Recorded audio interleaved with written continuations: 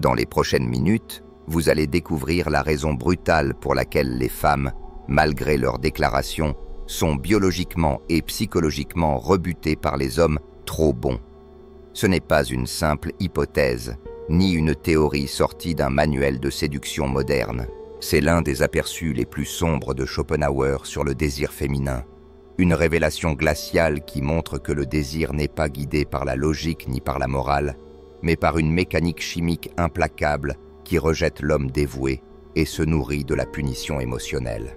Nous plongerons dans des études de cas historiques de figures légendaires, des hommes bons dont la vie fut brisée par cette trahison biologique.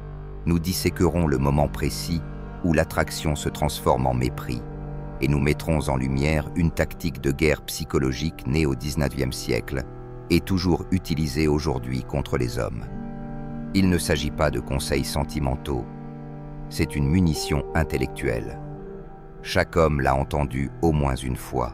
Ce mantra répété dans les films, par les mères, dans les livres de développement personnel, « Sois un homme bien, et la bonne femme finira par t'apprécier ». Cela sonne noble, cela sonne juste.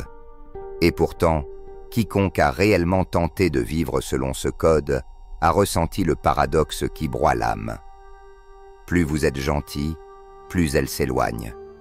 Plus vous êtes loyal, plus elle s'ennuie. Plus vous êtes dévoué, plus elle vous traite comme une option remplaçable. Ce n'est pas une anomalie dans le système, c'est le système lui-même, fonctionnant exactement comme il a été programmé.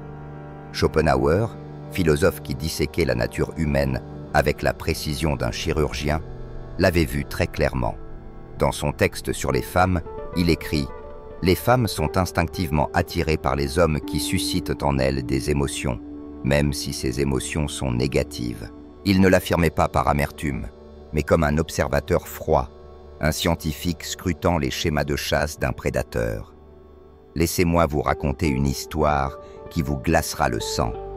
En 1973, un braquage de banque à Stockholm tourna mal et donna lieu à une prise d'otage qui dura 6 jours. À la fin de cette épreuve, quelque chose d'inexplicable se produisit. Les otages défendirent leurs agresseurs. Ils refusèrent de témoigner contre eux. L'une d'elles alla même jusqu'à se fiancer avec un des braqueurs. Les psychologues baptisèrent ce phénomène « syndrome de Stockholm », la manière perverse dont l'esprit humain se lie à ceux qui lui infligent de la douleur. Et voici la vérité inconfortable. Le même mécanisme alimente l'attraction féminine.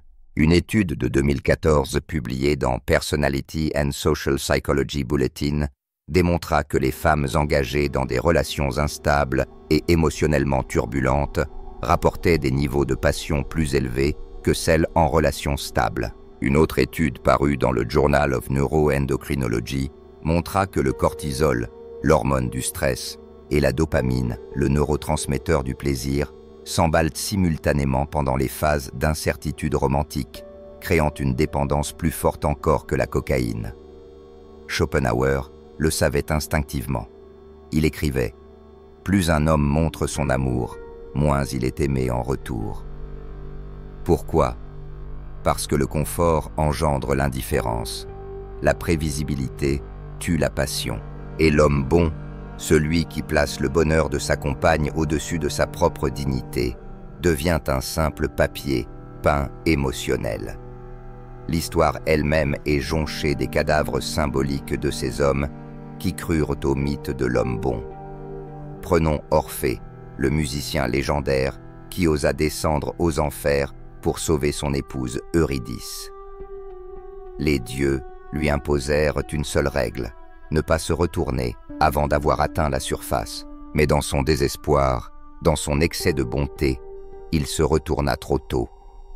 Elle disparut à jamais. La leçon est terrible. Même les dieux punissent l'homme qui aime trop. Ou considérons le cas de l'empereur Claude, érudit, réformateur, gouvernant juste. Il fut moqué, trahi et finalement empoisonné par son épouse Agrippine. Pendant ce temps, Caligula, tyran sanguinaire, brûleur de femmes et d'ennemis, fut pleuré par des cohortes de femmes à sa mort. Conclusion de Schopenhauer. Les femmes honorent de la force. méprisent la faiblesse, non parce qu'elles sont mauvaises, mais parce que l'évolution les a programmées ainsi. Et c'est là que tout devient plus sombre encore. Les coachs en séduction moderne parlent de « game », mais Schopenhauer en avait dévoilé la racine des siècles plus tôt. Les femmes ne tombent pas amoureuses de fournisseurs, elles tombent amoureuses de conquérants. Une étude de 2009 en psychologie évolutionnaire montra que les femmes évaluaient systématiquement les traits de la triade noire, narcissisme, machiavélisme, psychopathie, comme plus attirants chez les partenaires à court terme. Pourquoi? Parce que ces traits signalent la dominance, un indicateur subconscient de force génétique. Mais l'homme bon, lui, ne déclenche pas cette réponse. Il en déclenche une autre, infiniment plus dangereuse. L'instinct maternel. Les femmes ne désirent pas sexuellement les hommes qu'elles prennent en pitié. Elles les maternent. Et lorsqu'un homme entre dans cette catégorie, toute attraction s'évapore. Alors, quelle est la réponse? Faut-il que les hommes deviennent des tyrans, des psychopathes? Non. Le génie de Schopenhauer fut de reconnaître l'équilibre subtil. Il écrivait « Un homme doit être assez égoïste pour être libre et assez discipliné pour être respecté. Il ne s'agit pas de manipulation, il s'agit de possession de soi. L'homme qui place sa mission au-dessus de l'approbation d'une femme devient paradoxalement plus désirable. Non pas parce qu'il est cruel, mais parce qu'il est incontrôlable. Mais voici ce que personne ne dit. Les femmes ne sont pas les véritables coupables de cette histoire. Derrière elles se cache un maître invisible, plus ancien que la civilisation elle-même. Une force sourde qui régit le désir féminin et enchaîne même les femmes les plus cruelles. Ce n'est pas la malveillance, ni un choix conscient. C'est quelque chose de bien plus primal. Quelque chose que Schopenhauer résuma ainsi. La nature n'équipe pas ses créatures pour le bonheur, mais pour la survie.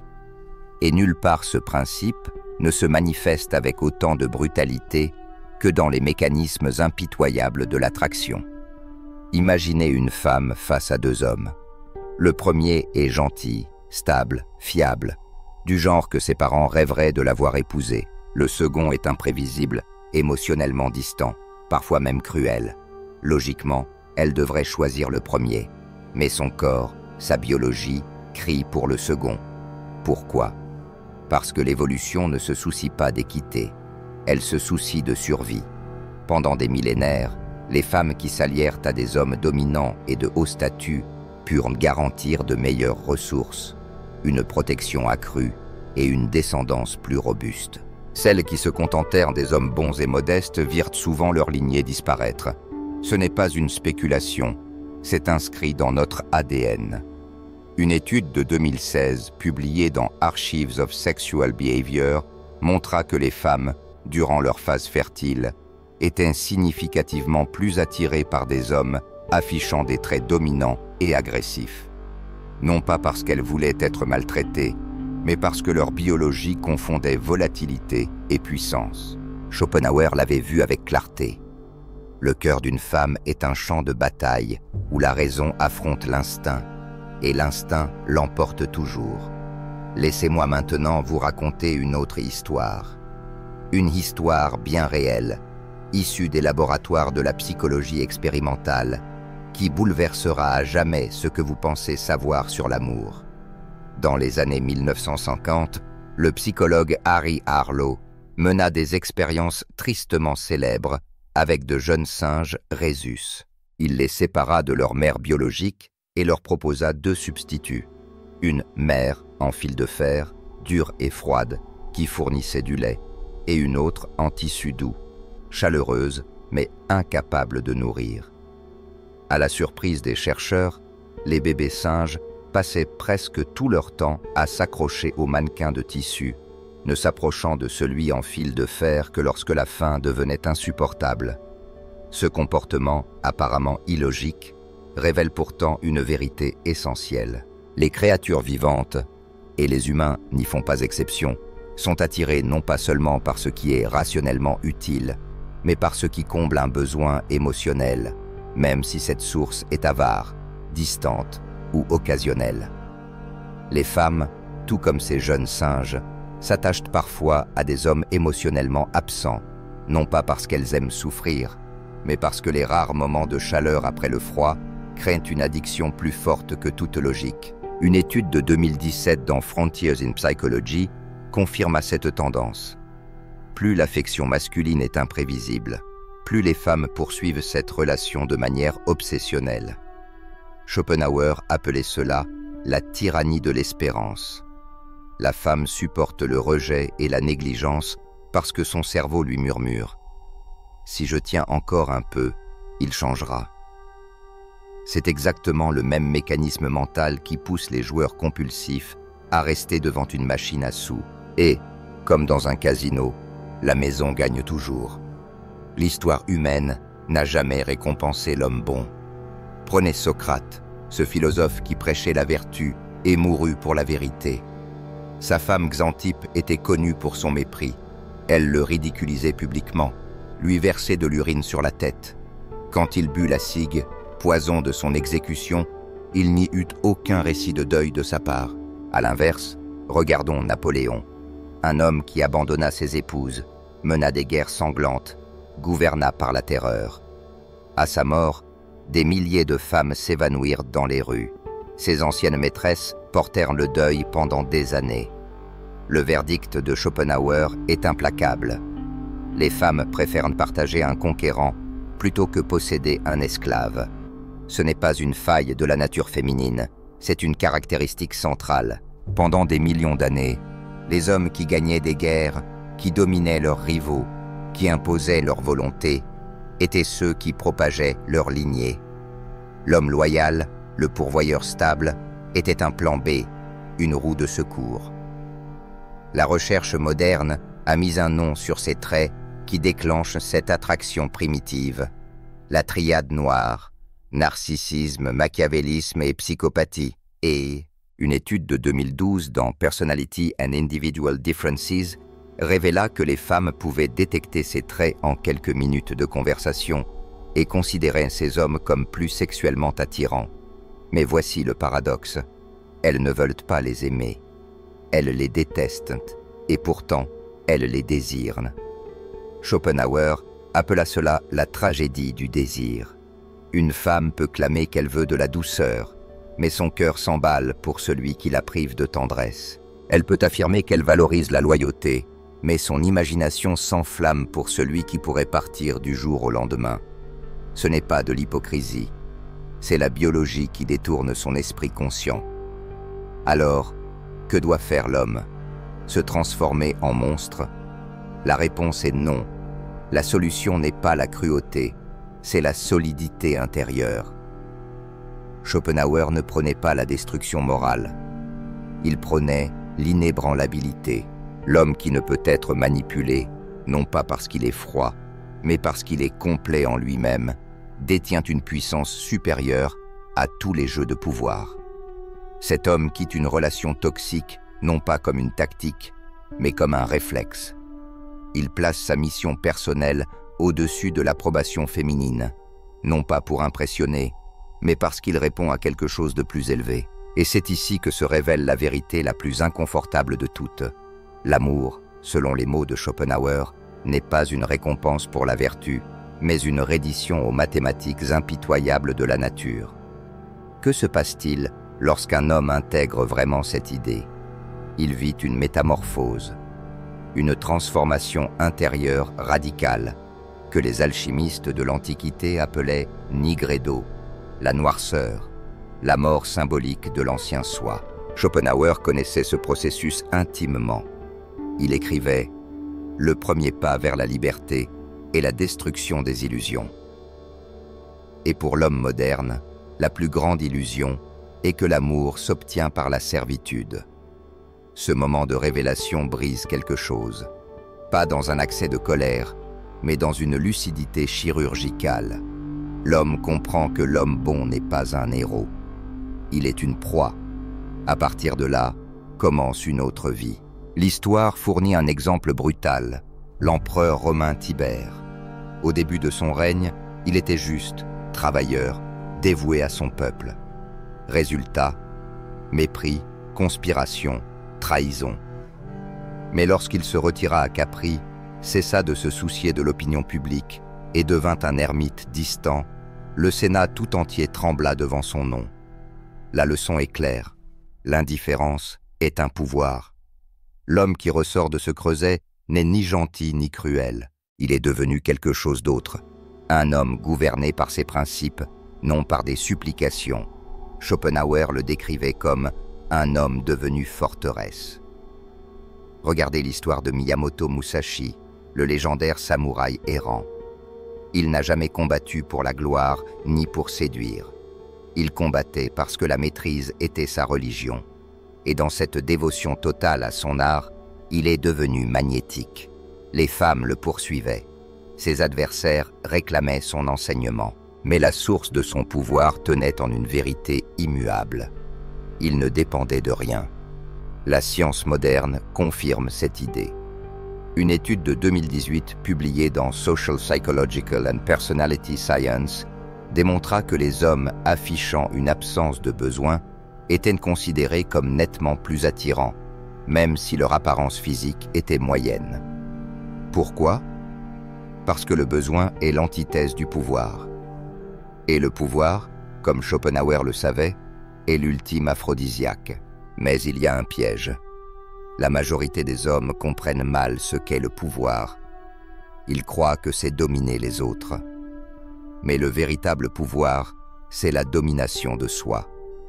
Le tyran crie pour affirmer sa force. L'homme souverain parle doucement, car il sait que ses mots ont du poids. L'homme insécure exhibe ses richesses. L'homme centré arbore son indifférence comme une armure. Le besoin d'amour pousse l'homme faible à mendier. L'homme qui s'appartient sait que l'amour est le sous-produit de l'excellence, non un but en soi. Schopenhauer le disait sans détour. L'homme médiocre cherche la distraction chez les autres. L'homme supérieur se cultive dans la solitude. Et voilà pourquoi les hommes de la triade noire attirent, non parce qu'ils sont cruels, mais parce qu'ils semblent autosuffisants. Le drame, c'est que cette autosuffisance est souvent un masque, un artifice fondé sur la manipulation plutôt que sur la maîtrise réelle. Mais l'homme souverain, lui, possède un pouvoir authentique, et les femmes sentent la différence. Alors comment opérer ce basculement? Comment un homme passe-t-il de l'illusion à la souveraineté? Tout commence lorsqu'il cesse de marchander l'amour. Chaque fois qu'un homme supplie pour de l'attention, accepte l'irrespect ou se modèle pour plaire à une femme, il creuse sa propre tombe. Schopenhauer écrivait « Pour devenir libre, il faut d'abord devenir ingouvernable. » Cela ne signifie pas devenir arrogant, cela signifie devenir incorruptible. Ensuite, il doit embrasser la solitude. Les plus grands hommes de l'histoire, Newton, Nietzsche, Tesla, ont passé des années seuls, non pas parce qu'ils étaient isolés, mais parce qu'ils savaient que le génie naît dans le silence. Un homme qui ne peut supporter sa propre compagnie sera toujours esclave de celui ou celle qui la lui offre. Enfin, il doit trouver sa guerre. Chaque homme a besoin d'une mission, d'une cause qui l'embrase au-delà du regard féminin. Pour Schopenhauer, c'était la philosophie. Pour Musashi, le sabre. Pour vous, cela peut être n'importe quoi, mais sans elle, vous n'êtes qu'un mendiant à la table de la vie. Et voici la vérité difficile à avaler. Le monde résistera à votre transformation. Les femmes qui vous ignoraient testeront soudain votre nouvelle solidité. Les amis qui profitaient de votre faiblesse vous diront que vous avez changé. La société murmurera que vous êtes devenu froid. C'est le prix de la souveraineté. Schopenhauer l'a payé. Tous les hommes qui ont compté l'ont payé. Mais il n'y a pas d'alternative. Comme l'avertissait le philosophe, le monde est un enfer, et les hommes y sont les âmes tourmentées. La seule issue, c'est la maîtrise de soi. Mais c'est ici que la plupart échouent. Non pas dans la première lutte, celle contre la naïveté, mais dans la dernière épreuve, celle qui se présente lorsqu'ils ont atteint la cime. Car une fois au sommet, un piège plus subtil les guette. Celui qui a détruit des rois, des conquérants, des sages. ce n'est plus la faiblesse qui menace, c'est la corruption de leur propre force. L'histoire se souvient de Tibère comme d'un monstre, mais peu s'interroge sur la manière dont il le devint. Au début de son règne, il était exemplaire, juste, discipliné, dévoué à Rome. Mais après des années de trahison, d'intrigues politiques et de déception populaire, sa foi en l'humanité s'effondra. Il se retira à Capri et, selon les récits, s'abandonna à des débauches indicibles. L'homme qui avait voulu servir Rome devint son bourreau. Voici le vrai danger de l'homme éveillé. Le mépris. Schopenhauer l'avait anticipé. L'homme qui voit à travers l'illusion de l'amour risque de devenir incapable d'aimer. Et là réside le piège final. L'homme souverain, ayant compris la nature transactionnelle des relations humaines, peut conclure que toute connexion est vaine, que chaque sourire cache une intention, que chaque geste de gentillesse est une manipulation déguisée. Mais ce n'est pas là de la sagesse, c'est un suicide spirituel. Une étude de 2021 publiée dans le Journal of Positive Psychology montra que les hommes qui avaient atteint le succès, mais étaient privés de liens authentiques, présentaient un taux de dépression plus élevé que ceux qui luttaient financièrement, mais étaient entourés d'amitiés sincères. La leçon est claire. Le pouvoir sans but est une cage dorée. Permettez-moi de vous raconter une dernière histoire, une que vous n'oublierez jamais. En 1944, un jeune psychiatre du nom de Viktor Frankl fut déporté à Auschwitz. Au cœur de l'enfer, il observa quelque chose d'extraordinaire. Ceux qui survivaient n'étaient pas toujours les plus forts physiquement. C'étaient ceux qui avaient trouvé un sens à leur souffrance, une raison de vivre au-delà de la simple survie. Des années plus tard, Frankl écrivit « Entre le stimulus et la réponse, il existe un espace. Dans cet espace se trouve notre pouvoir de choisir. » Et c'est cela que l'homme souverain oublie à ses risques et périls. Oui, le monde est transactionnel. Oui, l'amour est souvent conditionnel. Mais rejeter toute vulnérabilité, c'est rejeter ce qui rend la vie digne d'être vécue. Schopenhauer lui-même tomba dans ce piège. Il mourut solitaire, amer, convaincu de l'inutilité des êtres humains. Pourtant, ses journaux privés trahissent un désir douloureux de connexion, une soif d'intimité qu'il ne parvint jamais à assouvir. Les mythes anciens comprenaient cette dualité. Zeus lançait des éclairs, mais tomba amoureux de mortels. Odin sacrifia son œil pour la sagesse, mais riait avec les guerriers au Valhalla. Même Hadès, seigneur des enfers, chérit Perséphone. Le message est limpide. Le véritable pouvoir, c'est qu'en baisser la garde. Les études modernes le confirment. Une vaste étude de Harvard, débutée il y a plus de 80 ans, traça le développement psychologique d'hommes à travers toute leur vie. Elle révéla un facteur commun aux hommes les plus heureux, les plus accomplis, la vulnérabilité sécurisée. Cette capacité à être ouvert sans être faible, à faire confiance sans être naïf. C'est là le test ultime de l'homme souverain. Peut-il manier son pouvoir sans en devenir prisonnier? Voilà le point aveugle du philosophe.